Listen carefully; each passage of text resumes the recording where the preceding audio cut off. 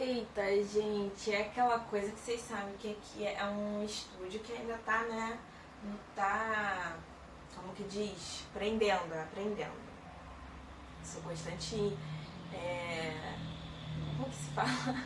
Uma constante aluna da vida, porque, nossa, cada hora a gente tem que aprender uma coisa diferente, né? Então agora eu estou aprendendo a coordenar aqui uma gambiarra que vocês não conseguem ver em volta, mas tem várias gambiarras aqui pra gente conseguir estar nesse lugar, nesse ambiente iluminado, né? Vocês me ouvirem.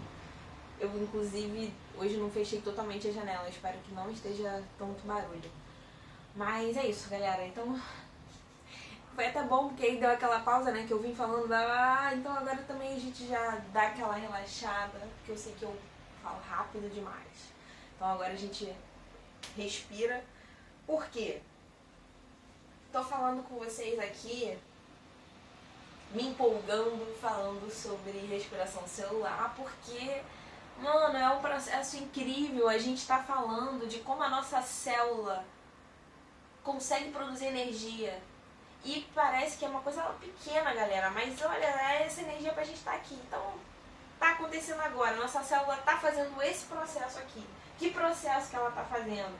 Tá oxidando a molécula de glicose. E lembra que essa oxidação não está relacionada só à adição de oxigênio, mas também à retirada de elétrons, perda de elétrons. Então, preciso de glicose, preciso de oxigênio. Essa reação gera um produto. Que produto é esse? Vou produzir gás carbônico, então toda vez que minha célula respira, ela libera gás carbônico.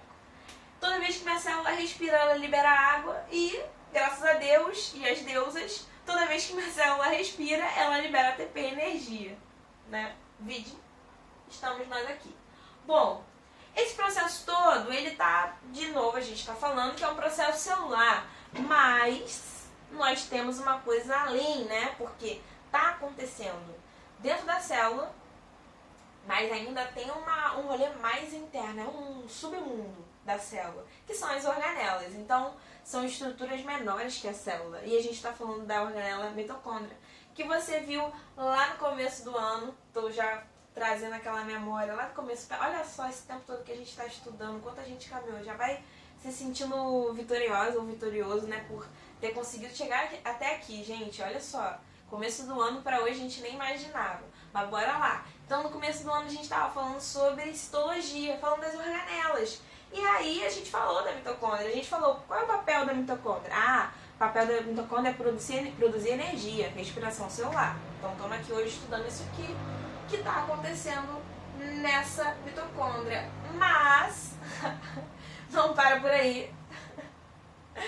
Mas não se desespere, porque essa é a segunda vez que você vê esse conteúdo, então muito provavelmente agora as coisas já estão fazendo até um pouco mais de sentido. E eu vou te dar uma palavra de amizade, sabe? De companheirismo, que é a tendência é cada vez ficar mais fácil. Então não pensa quando você está assistindo aí, assim, nossa, mas não tô entendendo nada, cara, tá muito difícil, eu não vou entender, isso é muito difícil, essa matéria não é pra mim. Relaxa, porque, primeiro, a gente precisa de alguns momentos, né, pra gente conhecer a matéria. Imagina o seguinte, que a gente se conhece hoje, você não vai poder dizer quem eu sou assim de cara, né? Eu posso apresentar uma parada, eu posso ser uma parada pra você naquele momento que eu não vou ser no outro dia. Naquele dia eu não pude, sei lá, às vezes cozinhar, não pude mostrar tudo que eu posso, as minhas habilidades. Então, às vezes a gente tem que se conhecer, né, assim, com os amigos, a gente tem que se encontrar várias vezes. E toda vez que a gente se encontra, a gente conhece uma coisa nova do nosso amigo ou da nossa amiga. A gente percebe algo diferente, a gente aprende. E esse é um processo. Então, assim, cada vez que a gente encontra com um conteúdo, pensa que é esse encontro. Tô indo lá encontrar com a respiração celular hoje. Tô indo... Não pense que você vai sair daqui sabendo tudo. Não vai, gente. Não vai. Nem cria essa expectativa, nem idealiza. Entendeu? Já vem com o coração aberto, pensando assim, olha, eu vou lá dar uma conhecida na respiração celular. Vou ouvir algumas coisas que a Natália tem pra dizer sobre isso. Qual é a percepção dela, como ela estudou. Ela vai me contar lá um pouco sobre a respiração celular. Vou lá aprender, vou lá ouvir. Mas não vai nessa expectativa, porque quando a gente vai com muita tensão, tipo, meu Deus, eu tenho que aprender, caramba, aí a gente se bloqueia. Então, depois dessa aí, a gente volta. Eu fico tentando, galera, eu juro que eu fico tentando imaginar se vocês estivessem aqui, assim, pra gente saber esse tempo, porque eu lembro que quando a gente estava presencialmente, eu lembro de várias vezes estar falando, assim, horrores, e eu olhava pra cara de vocês estavam assim, tipo, eita, parei lá atrás, perdi lá atrás, não dá pra voltar não? E aí eu sacava isso no olhar, então eu voltava, eu dava um jeito, eu repetia, apagava, falava de novo. Aqui eu tô supondo que quando eu falo alguma coisa fica difícil, aí eu tento dar aquela balançada. Então eu espero que esteja dando certo aí e vamos lá. Agora que você já tá mais leve, tá mais suave, vamos voltar pra parte hard aqui. A gente tem que saber que esse processo todo que a gente vai estudar hoje está acontecendo na célula, está acontecendo na mitocôndria e além disso vai acontecer numa parte da mitocôndria que é chamada de crista, vai acontecer numa outra parte da mitocôndria que é chamada de matriz. Crista e matriz. Aí você vai falar, putz, mas eu já tenho que gravar tanta coisa. Tá, vamos pensar uma forma de facilitar esse rolê. Crista da onda, sabe? Pensa numa onda. Quando você tá lá, a pessoa, a surfista, tá na crista da onda, tá em cima, não é isso? A gente tá falando de crista, a gente tá falando de onda. Aí tu vai olhar aqui pra mitocôndria e vai pensar o quê? Aonde tem ondulado, onde tá ondulado? Toda vez que tiver ondulado, eu tô falando de crista. E dentro da crista, eu tô falando de matriz. Então, suave, acho que agora dá uma resolvida. Então vamos lá. Cada um desses processos vai acontecer então em partes diferentes da mitocôndria. Mas aí a gente vai ter, antes dessas duas etapas que acontecem especificamente na mitocôndria, a gente tem uma primeira etapa que é chamada de glicólise. E se você for estudar a fundo sobre metabolismo energético, for sua especialidade, vamos dizer assim, adorei o metabolismo energético, agora quero trabalhar com isso. Bom, se você quiser se aprofundar nesse rolê, você vai entender que a glicólise, na verdade, não faz parte da respiração celular. A glicólise é uma fase anterior que possibilita a respiração celular. Mas, quando a gente queria sistematizar o conteúdo, imagina, você tem que determinar o que você vai dar na escola, né, pra ver o que você vai cobrar no edital, você tem que sistematizar, organizar esses conteúdos. E aí, nessa organização, a gente colocou glicólise antes, na verdade, na mesma aula, né, de respiração celular. Mas só para você entender que existe essa divisãozinha. Bom, a primeira etapa, então, como eu falei, se chama glicólise. E aí, minha galera, meus amores, a gente vai ter que pensar sempre na palavra. Eu acho que essa é a maior sacação, assim. Você conseguir driblar o conteúdo, porque, tipo, cara, não precisa ser chato, entende? A gente pode transformar, porque a gente precisa aprender isso. Então a gente vai ter que dar um jeito de resolver isso de forma prática, né? Preciso otimizar o meu estudo para eu me dar bem, para a gente conseguir estudar menos tempo, conseguir otimizar a nossa rotina, ter tempo para poder fazer outras coisas além de estudar, né, gente? Isso é importante. Então, eu acho que essa coisa de você olhar o radical da palavra, você ficar sempre gravando assim os macetezinhos, eu acho que ajuda muito dentro da biologia. Porque se você olha assim, imagina que você está numa prova e aí cai uma questão sobre glicólise. E aí você não lembra muito, você não tá, pô, 1000 assuntos, né? E você calhou desse você não ter estudado. Mas aí você sabe que lise em biologia quer dizer quebra. Então você já sabe isso. Lise em biologia quer dizer quebra. Glicô é glicose. Então glicólise, eu tô falando de quebra de glicose. Bom, posso não saber muita coisa, mas agora eu já sei até do que você está falando aqui nesse conteúdo. Me permite, talvez, lembrar. E aí, o nosso cérebro agora, falando de sistema nervoso junto, ele funciona a partir de conexões. A gente viu o sistema nervoso em fisiologia, sinapse. Então, quando eu faço o estudo em palavra-chave, eu vou fazendo conexões no meu cérebro. Então, eu penso, glicólise, lise, quebra. Quebra de quem? Glicose, então tá, lembrei. Então glicólise, eu tô falando de que eu tenho que quebrar a glicose. E é isso que você tem que gravar. O que é a glicólise? Quebra da glicose. Pronto, primeira parte.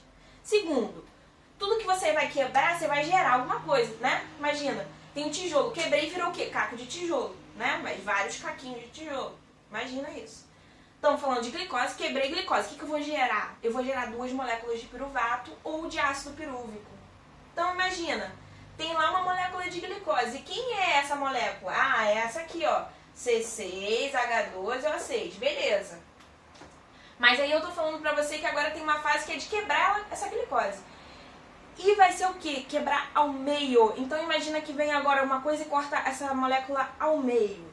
Vou quebrar duas moléculas, me desculpa, uma molécula de glicose em duas moléculas iguais de ácido pirúvico e piruvato. Aqui, nessa parte do quadro, a gente tem essa equação aqui demonstrada. Vou dar uma pausinha para vocês tirarem um print, beleza? Bom, o que a gente está vendo aqui? Tem uma molécula de glicose e ela vai se transformar, que a gente já está vendo aqui, em duas moléculas de ácido pirúvico. Eu não disse para você que ela é cortada à metade? Ou seja, se eu tenho numa molécula de glicose C6, quem é o ácido pirúvico? C3. Combinou comigo? Combinou, tá certo. Hidrogênio, tem 12 hidrogênios, então teria que ser aqui o que? H6. Mas não é, tá? H4. Por quê? Bom, porque a gente vai ter uma oxidação da molécula de glicose nesse período, nesse processo de glicólise. Tá, vamos devagar. Tô dizendo pra você que na glicólise a gente tem um processo parcial de oxidação da glicose. E você, se deu um breu aí, não tá lembrando o que é oxidação, volta aqui pro começo do quadro. Oxidação é a perda de elétrons. Ou seja, na glicólise, a glicose vai perder elétrons. Quanto? 4 elétrons. Então a glicose perde 4 elétrons e perde 4 hidrogênios. Você vai lembrar lá do começo da aula que eu falei que toda vez que eu perco glicose e hidrogênio, toda vez que eu perco elétron e hidrogênio, eu tô falando de uma possível produção de ATP, de energia. Então fica atento, tá? Bom, glicose então perdeu 4 elétrons e 4 hidrogênios. Olha só o que vai acontecer. Toda vez que se perde hidrogênio e se perde elétron, quem é que eu chamo para carregar? NAD faz, não é mesmo? Então, na glicólise, quem vai chegar aqui de fininho? NAD. Vai chegar, vai retirar esses hidrogênios e vai embora, vai embora. Ah, beleza, entendi então. A glicose então perdeu 4 hidrogênios, perdeu 4 elétrons. Esses hidrogênios e elétrons foram carregados por NAD, que são enzimas redutoras. E aí no final desse processo, o que eu tenho? A formação de duas moléculas de ácido pirúvico. Então, por que não é H6 aqui? Né? Porque a gente falou assim, mas professora, não estou entendendo ainda. Tá 12 e aqui tá 4. Você disse que ia cortar na metade? Bom, mas lembra que de 12 eu perdi 4. Não saíram 4 junto com o NAD? Ou seja, H12 menos 4 eu tenho 8. 8 dividido na metade eu tenho 4. Então eu tenho C3H4O3 também, porque aqui na glicose eu tinha 6 oxigênios. Como eu estou cortando na metade, aqui eu tenho 3 oxigênios. Tá entendendo? Cortei a glicose na metade e dividi em duas moléculas. Essas duas moléculas agora são chamadas de ácido pirúvico. Até que foi tranquilo, né? Bom, aí você pode pensar o seguinte: e da energia que a gente estava falando esse tempo todo aí, não tá? Cadê ela? Só vi agora que você quebrou glicose, virou ácido pirúvico, mas cadê a energia? Bom, se saiu NAD, e aí a dica fica aqui, que é: quantos hidrogênios saíram daqui? 4 hidrogênios. Quantos ATPs são produzidos na glicólise? 4 ATPs. Então o que você vai gravar? 4 hidrogênios saem. Lembra que perde 4 elétrons? Estou falando de uma oxidação, perda de elétrons. Bom, saiu. Esses 4 hidrogênios saíram. O que eu consigo produzir? 4 ATPs. Então, qual é o saldo total da glicólise? 4 ATPs. Mas deu ruim, porque olha para o quadro. Está dizendo que o saldo é de 2 ATP. Bom, porque para fazer esse processo todo que a gente viu aqui, olha, eu já gastei energia para te falar isso, imagina a célula para fazer. Então, para fazer o processo de glicólise, ela precisou gastar 2 ATPs. Já que eu produzi 4, lembra que tem a ver com 4 hidrogênios? Produzi 4 ATP, mas 2 eu precisei para poder trabalhar. Sobra o quê? 2. É tipo o salário bruto e o salário líquido, né? Tipo, eu ganho R$2.000, meu salário bruto é R$2.000, mas quando ele chega na minha mão, ele chega a 1.800, porque 200 sai de imposto, vamos pensar assim. Então o que você ganha de bruto? Ah, eu ganho 2.000, mas quanto que eu tenho de verdade? Eu só tenho 1.800, porque 200 vai pro imposto. Já tá até, quando bate na minha conta já até sai. Então é a mesma coisa aqui. Produziu 4 ATPs, mas você gastou 2, então já abateu aqui. Você na verdade, a célula na verdade só produz 2 ATPs. 1 minuto para beber uma aguinha.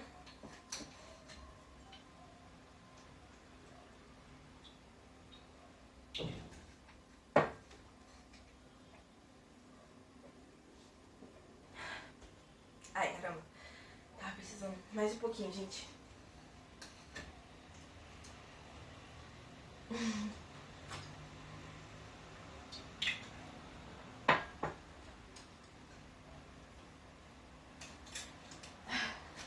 Pronto, agora sim.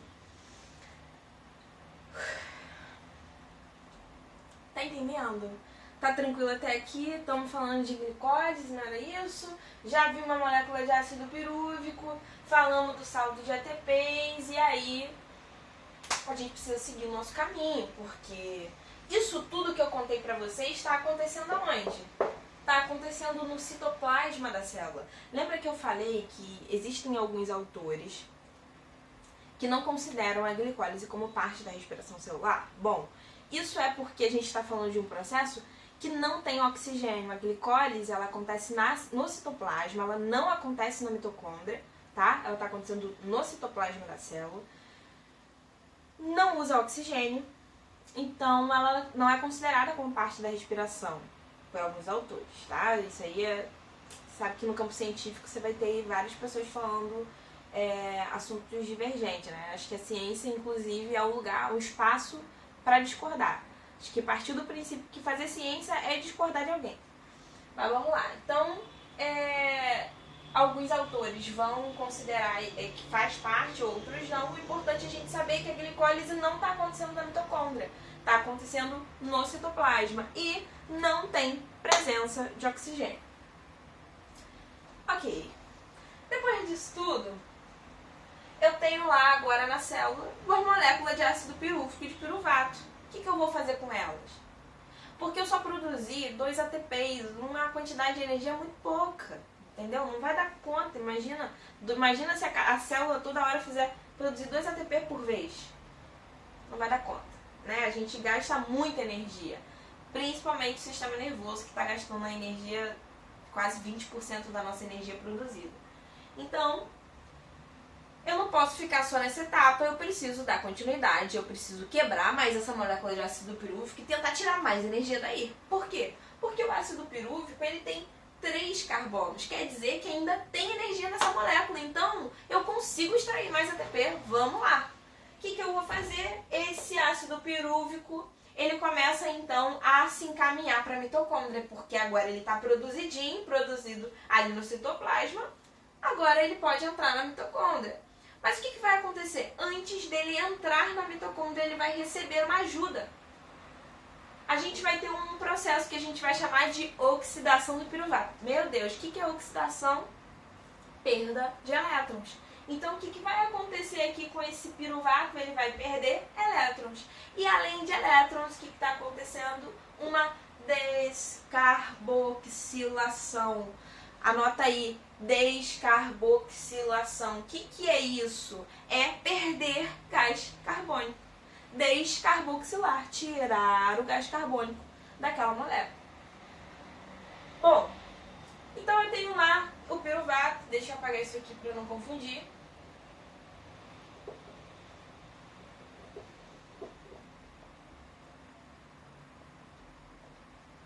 Bom, a gente tem aqui uma molécula de piruvato que vai ser oxidada, que vai perder elétrons, como a gente está vendo aqui. Olha o que está acontecendo aqui. Eu estou perdendo 2 elétrons e 2 hidrogênios. Tranquilo? Esses 2 elétrons e 2 hidrogênios vão ser transportados por quem? Pelos nossos transportadores conhecidos já. NAD. Então, NAD vai estar aqui trabalhando nesse processo. Junto com essa perda de hidrogênio, a gente está perdendo gás carbônico. E gás carbônico quer dizer o quê? átomo de carbono. CO2 é C de carbono. Então vamos lá. Eu estou falando de uma molécula que tinha 3 carbonos, 3 átomos de carbono, que vai perder CO2. E quando perde CO2, eu diminuo também do lado do produto. Agora eu tenho a formação de uma molécula com 2 carbonos. Percebe aqui? E preste atenção, aqui eu estou falando que duas moléculas de gás carbônico estão saindo, porque lembra, eu tenho 2 piruvatos. Então, é um CO2 saindo de uma molécula e o outro CO2 saindo de outra molécula. Beleza? Bom, imagina então que eu estou quebrando então mais o piruvato, estou esgaçando esse piruvato e tirando, separando os átomos, separando as moléculas. Beleza? Transformei piruvato agora em acetil. Mas se você já teve uma aula, e eu sei que você já teve, né? Sobre metabolismo energético, você conhece que acetil, quando se fala em acetil, a gente lembra de acetil-CoA, né? Isso era uma coisa que eu lembrava na época de pré-vestibular. Tem umas coisas assim de biologia que ficam mais gravadas. E eu lembro que pra mim, eu sabia assim, uma palavra solta, tipo assim, sabe inglês? Ah, sei, blue, yellow, sabe essas coisas assim? Se alguém pergunta, você sabe biologia? Ah, acetil-CoA, né? É uma coisa que a gente meio que fica gravado. Mas aí a gente olha pra cá e fala assim, ué, tem piruvato aqui, você disse que esse piruvato perdeu gás carbônico, virou acetil, mas e cadê o CoA? Bom, o CoA vai chegar logo agora. Porque quando o piruvato se transforma em acetil, aí sim, essa CoA, que é a coenzima A, e lembra que enzima e coenzima são ajudantes de reação. É quando a reação está difícil, não está dando, o que chama? Chama enzima, chama um cofator, chama um ajudante, um auxiliar para esse processo. Esse ajudante vai vir, vai ajudar na reação metabólica e depois vai somar fora, vai embora, não é destruído, não é consumido naquela reação, só vem mesmo para dar aquela força e meter o pé. Beleza? Então, aqui, toda vez que o piruvato então, se transforma em acetil, ou seja, perde carbono, olha e fala, é minha vez, vai lá e se liga a esse acetil. Bom, agora a gente tem a formação de acetil coenzima A. Gente, o nosso objetivo principal é produzir ATP, mas para chegar lá, a gente tem que ter esse trabalho. Então vamos valorizar até a nossa célula. Olha só o rolê que ela está fazendo. E aí, se chegou nesse momento e você ainda tá com a dúvida de tipo, porra, pra que isso, cara? O que tá acontecendo? Lembra que a gente está tentando quebrar a molécula de glicose para extrair carbono. Então agora eu tenho um acetil-coenzima A, uma molécula que tem esse nome. E essa molécula ainda tem 2 carbonos. Então o que eu tenho que fazer? Eu tenho que tirar carbono dessa molécula, não é mesmo? Então o que a gente vai fazer? Essa acetil-coenzima A vai continuar seguindo o caminho, porque ela passou do citoplasma, né? Vem agora, está caminhando para entrar na mitocôndria. Quando a gente tem a formação do acetil-coenzima A, tá perfeito. Agora a mitocôndria aceita a entrada, porque imagina, se o piruvato vem, a mitocôndria nem entende que ele tem que entrar. Então, por isso que o piruvato ele tem que passar por todos esses processos até que ele consiga entrar na mitocôndria. Bom, virou acetil-coenzima A, a mitocôndria fala, beleza, pode entrar. Acetil-coenzima A entra e chega até a matriz mitocondrial. Temos agora o começo do processo de fato da respiração celular que acontece na mitocôndria. Bom, temos então acetil-CoA, 2 carbonos, que chega na matriz da mitocôndria e agora a gente tem início do ciclo de Krebs, que também é outra palavra solta da biologia que algumas pessoas gravam, né? Ciclo de Krebs. O que é ciclo de Krebs? Tem um outro nome, se você quiser colocar aí, é boa. Ciclo do ácido cítrico. Eu gosto de gravar, eu prefiro o ciclo do ácido cítrico. Por quê? Lembra que eu tô te falando que assim, a gente que decidiu estudar, que gosta de estudar, que quer, eu quero gastar tempo estudando, eu quero conhecer, né? A gente tem uma sede assim, que tá, acho que na realidade nata de todo ser humano, essa sede por conhecer. A gente vai ter que passar por esses processos que são difíceis, galera. De estudar uma parada meio louca, assim, de ciclo de Krebs, mas a gente precisa sempre resgatar o objetivo do que a gente está estudando. Para quê? Para a gente não perder o sentido. Então, o que é melhor? Você já grava o nome da etapa de uma forma que isso vai te ajudar. Pensa assim, olha para cá. Lembra que eu falei que a acetil-CoA entrou na mitocôndria? Olha o que vai acontecer. Ele vai se juntar a duas outras moléculas. São o oxaloacetato e ácido cítrico. Então, presta atenção. Para a gente poder conseguir quebrar o acetil-CoA, lembra que esse era o nosso objetivo? Eu preciso quebrar átomo de carbono para tirar a energia? Só que a célula, ela precisa, para quebrar acetil, ela antes vai fazer o seguinte, vou juntar com o oxaloacetato com ácido cítrico. Porque dessa forma, esse oxaloacetato, a gente está falando de quê? De uma enzima também. De alguém que vem para facilitar o processo de quebra. Então, o que eu faço?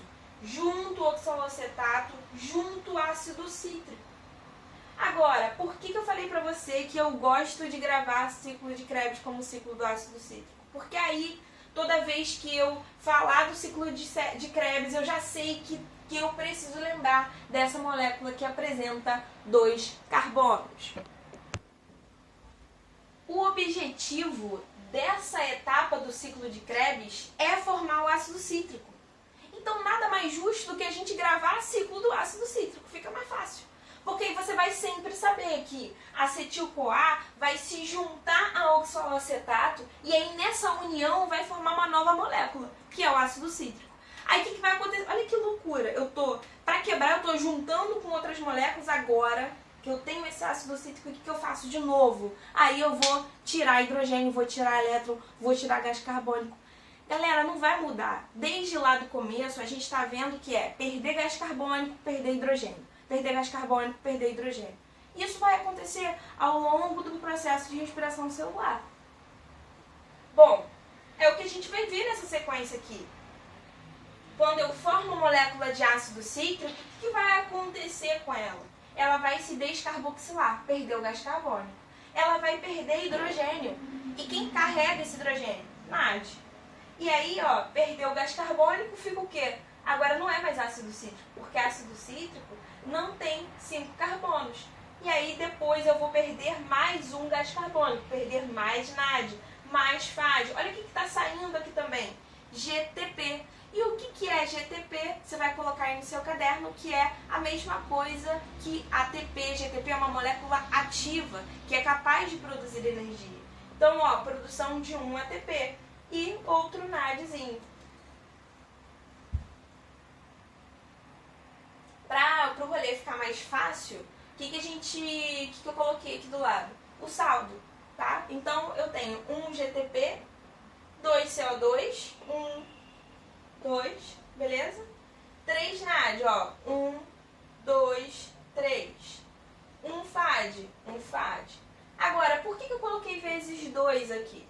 Porque lembra que a cada molécula de glicose eu gero 2 moléculas de piruvato. Então, esse processo que está acontecendo de oxidação do piruvato, transformação dele em acetilcoenzima A, ele entra no ciclo de Krebs, se junta com o oxaloacetato, forma ácido cítrico, isso vai acontecer 2 vezes, porque são 2 moléculas de ácido pirúvico. Então, você põe vezes 2 e aí vai ser 2 moléculas de GTP, vou colocar aqui, 2 moléculas de GTP, ou seja, é a mesma coisa que ATP, é importante lembrar. A gente vai ter 4 CO2, 2 CO2 vezes 2, 4 moléculas de gás carbônico, 3 vezes 2, 6. Então, 6 NAD, 1 vezes 2, 2. Então, 2 FAD H. Eu falei aqui uma coisa e eu pensei que eu acho que é interessante falar disso aqui. Eu vou apagar essa parte, quadro. Porque eu tô falando o tempo inteiro de ATP, GTP, e eu acho legal a gente falar de que existem 3 moléculas principais, assim, que a gente vai falar em geral quando a gente está abordando o metabolismo energético, que é AMP, ADP, ATP e GTP. Bom, O A vem de adenosina e o G de guanina. Então, A, adenosina, G, guanina, que é uma base nitrogenada. Tranquilo. Então, temos adenosina. E a gente, porque quando a gente está falando de molécula energética, a gente está falando essencialmente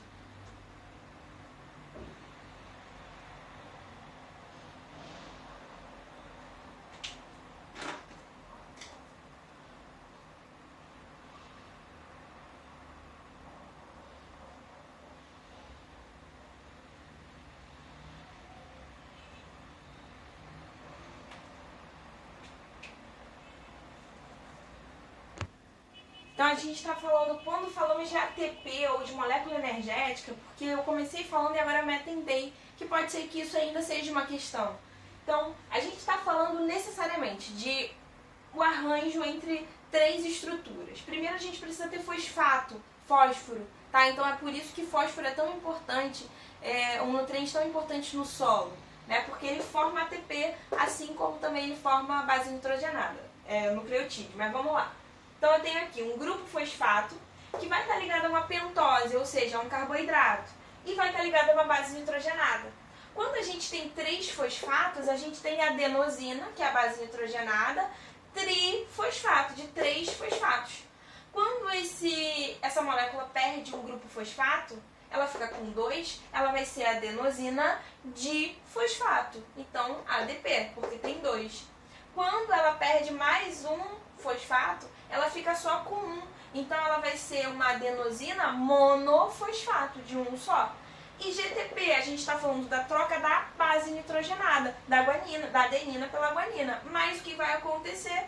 Esses dois aqui, eles vão ter o mesmo valor energético. Enquanto essas duas moléculas são moléculas, de alguma certa forma, inativas. Elas não estão ali prontas para a geração de energia. Elas precisam ser fosforiladas, ou seja, é preciso que acrescente fósforo para que se gere energia e forme a molécula ATP ou GTP, beleza? Então, só para, se ainda existir alguma dúvida, agora a gente já consegue entender um pouco melhor.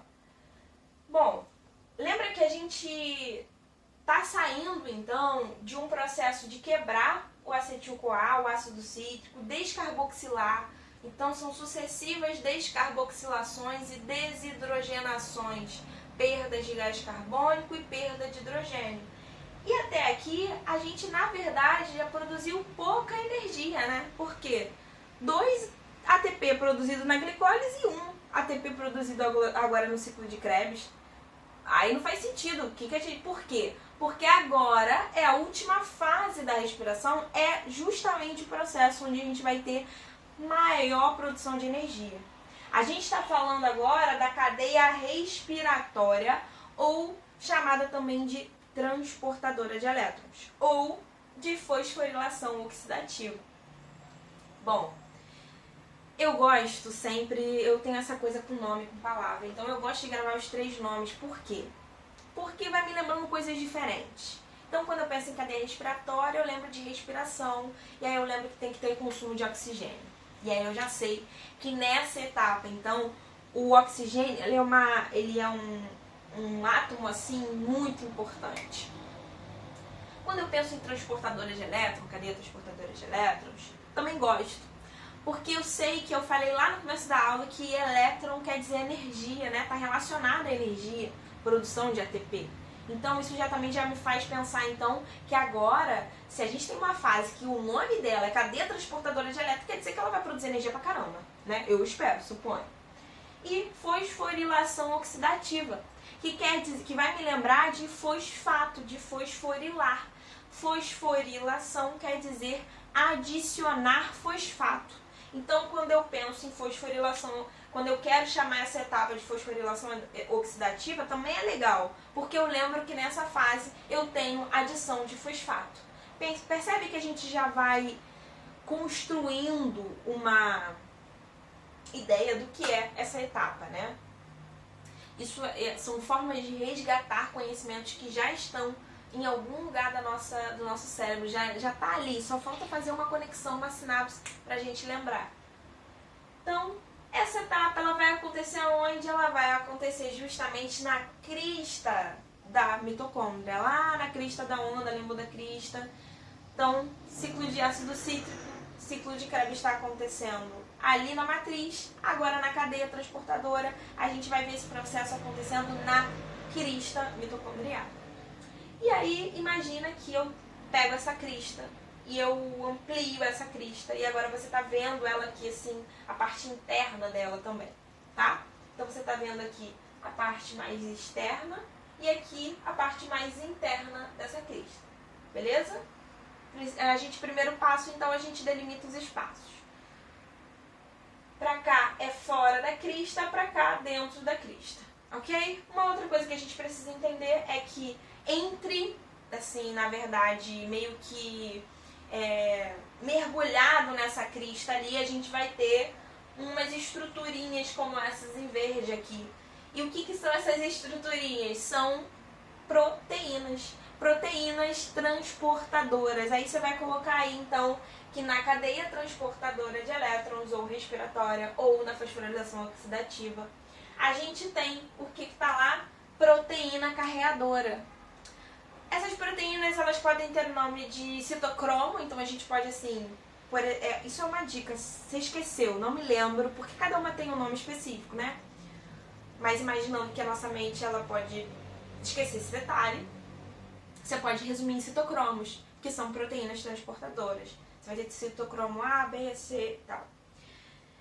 Mas se você quiser saber um nome específico, você tem NAD desidrogenase, que é uma proteína, essa proteína transportadora. Você vai ter citocromos A, B e C, mas assim, essas você pode saber, você pode dar uma esquecida, mas uma você não pode esquecer nem por nada, que é da ATP sintase.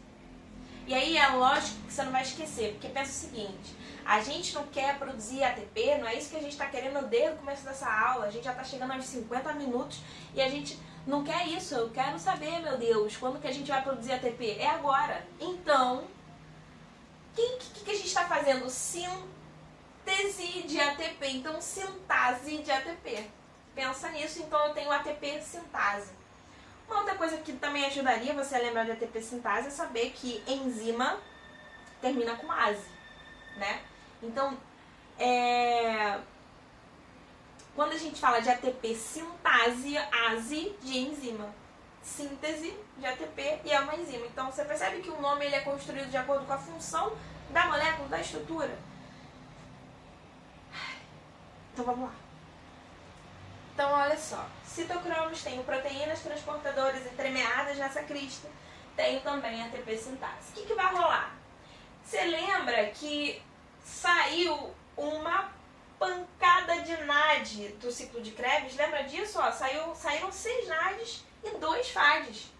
E ainda saiu um NAD ali naquele momento da oxidação. Então, tem uma galera transportadora que já está chegando com a carga aí.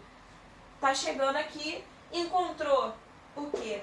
Proteína transportadora, carreadora, aí é a conexão perfeita, porque NAD é uma enzima e a enzima ela é tipo chave fechadura. Você não tem como você abrir a chave, não tem como abrir a porta da sala, por exemplo, com a chave do teu quarto, né? Não dá pra uma chave do carro, você tem chave específica para cada carro, né? É uma conexão ali única. E é a mesma coisa com enzima. Toda vez que NAD dá uma andadinha e encontra uma proteína que tem aquele exato encaixe, pum, ela se liga. E nesse momento que ela se liga a essa proteína, quem que sai dela? Ela não está carregando elétron e hidrogênio, ela não está vindo aqui, ó, tô cheio de elétron, cheio de hidrogênio. Pum, encontrei a proteína, o que sai? É liberado. Bom, hidrogênio sai e começa a entrar na crista, na membrana interna da crista. E aí começa a se acumular, porque toda vez que o NAD chega, pum, libera hidrogênio. NAD chega, pum, libera hidrogênio. E vai acontecer, e libera elétron, e libera hidrogênio, e vai acontecendo. E além do NAD, está vindo o FAD também. Então, o FAD chega.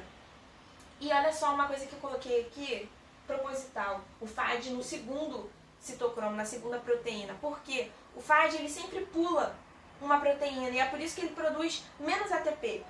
NAD produz, a cada NAD a gente tem a produção de 3 ATPs, a cada FAD a gente tem a produção de 2 ATPs. Então o FAD tem uma capacidade energética menor. E isso porque ele não passa por todos os citocromos, ele já chega ali no meio da caminhada e aí isso produz energia menor, né? Uma quantidade de ATP menor. Então vamos lá. Então beleza, estamos lá, na fase está chegando, tá mandando hidrogênio. O que começa a acontecer aqui? Começa a ficar ácido. Ué, mas como assim? Entendi. Tá, hidrogênio ficou ácido, pensa ácido clorídrico, né? Lá no estômago, o que é? HCl. Pô, tem H. Então, se eu tô falando de um ambiente ácido que tem pH 3 e tô falando da liberação de ácido clorídrico que tem H, que tem hidrogênio, já fez essa conexão aí na tua cabeça? Pronto. Agora você já sabe por que é que a gente está tirando gás carbono. Porque eu quero tirar elétron, energia presente nesses átomos. Por que é que eu estou tirando hidrogênio? Por que eu faço desidrogenação? Porque o hidrogênio, ele estava, olha, só esperando chegar nessa etapa para fazer o papel dele. O hidrogênio vai começar a acidificar a membrana interna da crista mitocondrial. E aquele pH vai ficando ácido. E aí, quem é que resolve aparecer? ATP sintase. Porque quando o ambiente da crista está ácido, a ATP sintase fala, agora é o meu momento. Agora a gente vai, vamos lá, que agora deixa comigo que vamos produzir ATP. Porque o hidrogênio ele vai funcionar como uma água. Pensa numa roda e essa água passando, se depositando sobre essa roda e gerando esse movimento. Pensa que a ATP sintase é como essa roda e essa água é o hidrogênio. Toda vez que o hidrogênio passa, gera um movimento nessa roda. E esse movimento, que quando a gente pensa na água gera a energia que a gente está aqui usando hoje, quando isso está acontecendo na célula e com a ATP sintase, gera uma energia também. Mas essa energia é utilizada para quê? Para fosforilar, porque esse é o nome da nossa fase, não é fosforilação oxidativa.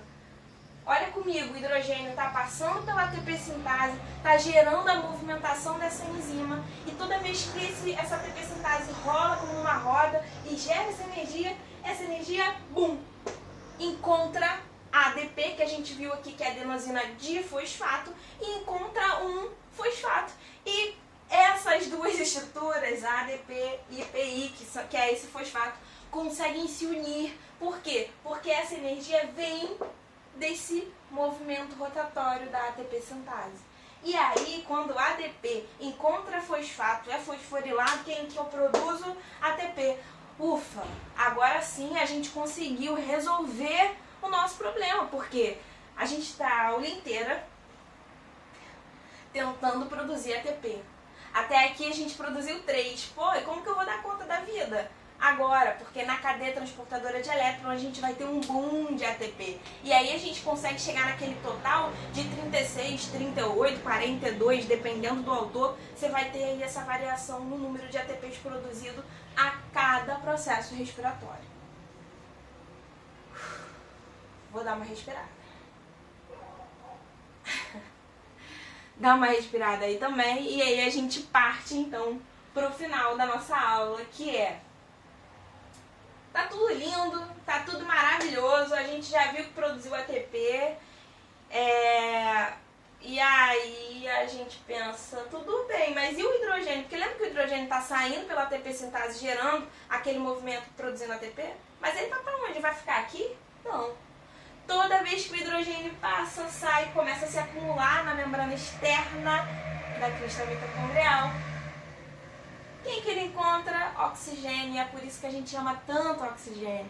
Porque o oxigênio, ele agora vai ser assim indispensável. Porque vai ser o nosso aceptor final de elétrons. O que é isso? Agora que eu usei o hidrogênio para produzir ATP e gerar um movimento na ATP sintase, eu preciso retirar esse hidrogênio daí. Porque só é importante... Fala aí, galera, estamos de volta. Nossa aula de hoje é sobre respiração celular. Então a gente vai começar hoje um grupo assim de conteúdos que a gente vai abordar até as próximas 4 aulas, tá? Então até a próxima folha de exercício. A gente vai seguir esse bloco agora de estudar o metabolismo da célula. Então a gente conseguiu falar de todos os assuntos que estão presentes nos editais da UERJ, do Enem. e de outras faculdades, por exemplo, de São Paulo, né, de outros estados. Então a gente já terminou o nosso cronograma e agora a gente vai revisar tudo isso que a gente tem visto ao longo do ano, mas a partir de outra perspectiva, outra ordem, outros links vão ser gerados. Então eu conversei com o Matheus e a gente pensou o seguinte: vamos agora falar sobre a célula. Quando a gente começou lá no começo do ano, né, em fevereiro, março, quando a gente começou, a gente teve a primeira aula de bioquímica, depois foi citologia, depois, se não me engano, foi genética molecular, metabolismo energético, depois mitose e meiose. Né? Agora a gente vai dividir, na verdade, tudo isso nas funções da célula. Então, o que eu quero dizer? Agora a gente começa esse bloco que está falando sobre uma atividade celular, então o que está acontecendo dentro da célula em relação às funções energéticas, ou seja, na produção e no consumo de energia. Então, esse é a nossa primeira parte aí desse bloco de 4 aulas. Hoje a gente vai falar então sobre respiração celular e sobre fermentação, ou seja, respiração aeróbica e respiração anaeróbica. O que é isso? Vamos pensar na palavra. Respiração aeróbica quer dizer que eu tenho aero, ou seja, eu tenho oxigênio presente nessa reação. Agora, ana vem de negação, então não tem oxigênio presente nessa reação. Então, aeróbica com presença de oxigênio, anaeróbica com ausência de oxigênio. E aí você pode pensar o seguinte: pô, mas tudo bem, por que a gente decidiu dividir as reações em presença e ausência de oxigênio? Deve ser porque a presença desse átomo vai fazer total diferença na quantidade de energia que vai ser produzida. Bom, a gente chegou então, já estamos começando a nossa aula, porque a gente já chega então num tema que é a energia. Porque na realidade a nossa aula de hoje é sobre metabolismo energético, sobre como que uma célula é capaz de produzir energia. E quando a gente fala de energia em biologia, a gente está falando do ATP, da adenosina trifosfato. E esse ATP, essa molécula energética que o nosso corpo utiliza para fazer isso aqui, ó, para mexer os meus braços, dar essa aula, conversar, tô gastando ATP, tô consumindo energia. Como que a minha célula consegue me dar essa energia para que eu consuma? Isso vai acontecer a partir de uma reação metabólica, que é essa que a gente vai ver hoje. Antes da gente começar de fato a entender como a gente vai extrair essa energia, eu queria fazer você pensar da onde vem essa energia, né? Porque a gente já entendeu que a gente vai precisar quebrar uma molécula e produzir ATP. Mas da onde que vai vir, quem criou essa energia, né? E aí a gente pode hoje responder que a energia que a gente precisa para existir vem do Sol. Ué, mas aí você pode pensar, como não entendi. Como assim vem do Sol? Eu não fico lá no Sol e fico toda energizada e consigo. Eu preciso comer, eu preciso me alimentar, preciso de proteína, carboidrato. Ok. Mas por que eu tô falando que a energia ela vem do Sol? Porque você vai ter uma aula maravilhosa com o Matheus sobre o processo fotossintético. E lá nessa aula você vai entender como ocorre a conversão da energia luminosa em energia química. As plantas e as algas têm uma capacidade incrível de incorporar essa energia que está vindo lá do Sol numa molécula química que se chama glicose. Vai mesmo. Bom, então, lá na próxima aula você vai entender todo esse processo e você vai ver o seguinte. Então, eu tenho lá seres autótrofos, plantas, né, ou algas, seres fotossintetizantes, que fazem esse processo e produzem glicose. Aí eu tenho um herbívoro que vai lá e come esse vegetal, essa planta. Pum. O que ele fez? Ele consumiu aquela plantinha lá que estava cheia de glicose. Essa glicose ela vai ser incorporada nesse outro ser, nesse herbívoro. Vamos pensar lá no coelhinho. O coelhinho está comendo, está consumindo a glicose que está ali no vegetal, está gastando aquela energia para produzir suas estruturas, células, se desenvolver muscularmente, crescer, reproduzir.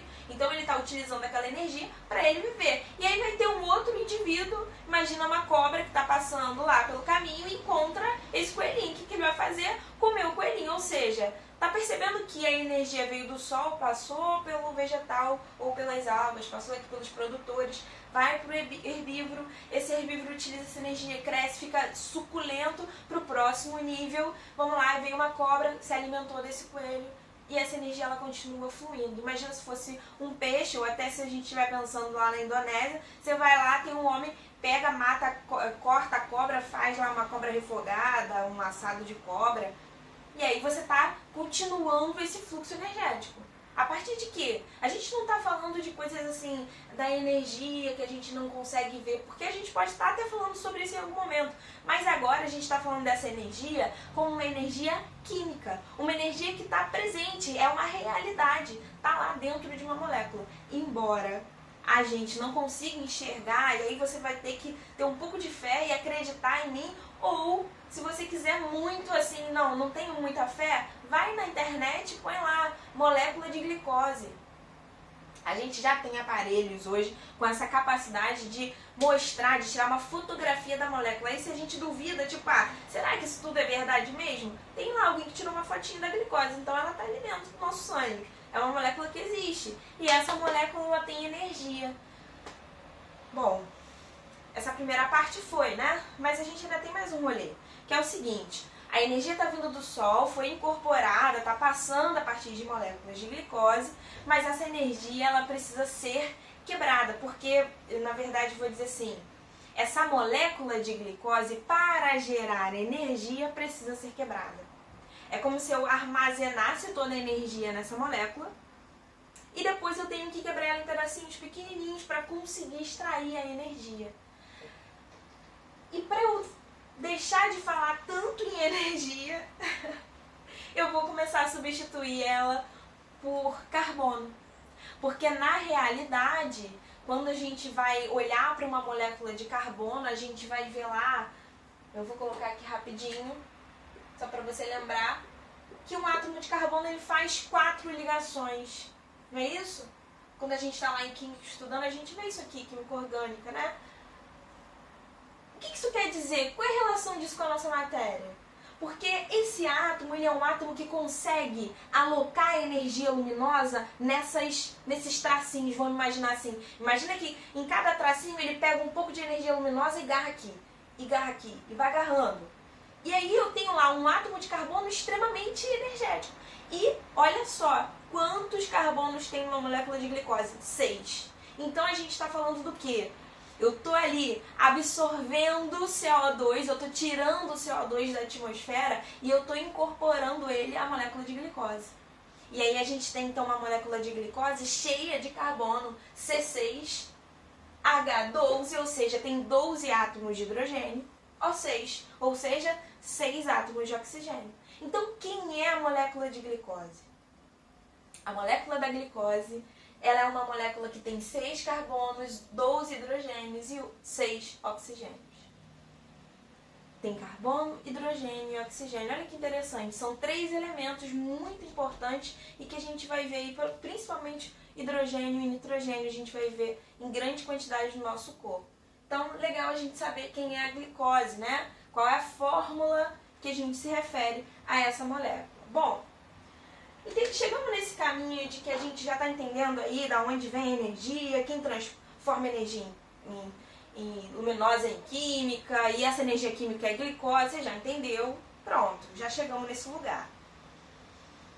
Agora a gente precisa entender uma outra coisa, que é como, se eu estou falando para você que a energia está aqui, ó, na ligação química que o carbono faz, o que eu vou fazer quando eu quiser extrair a energia dessa molécula? Eu vou ter que quebrar essa molécula para quebrar essa ligaçãozinha e tirar aquela energia que vem lá do Sol. Imagina que está guardadinha aqui nessa ligação química. Então, o que é a respiração celular? É quando eu preciso de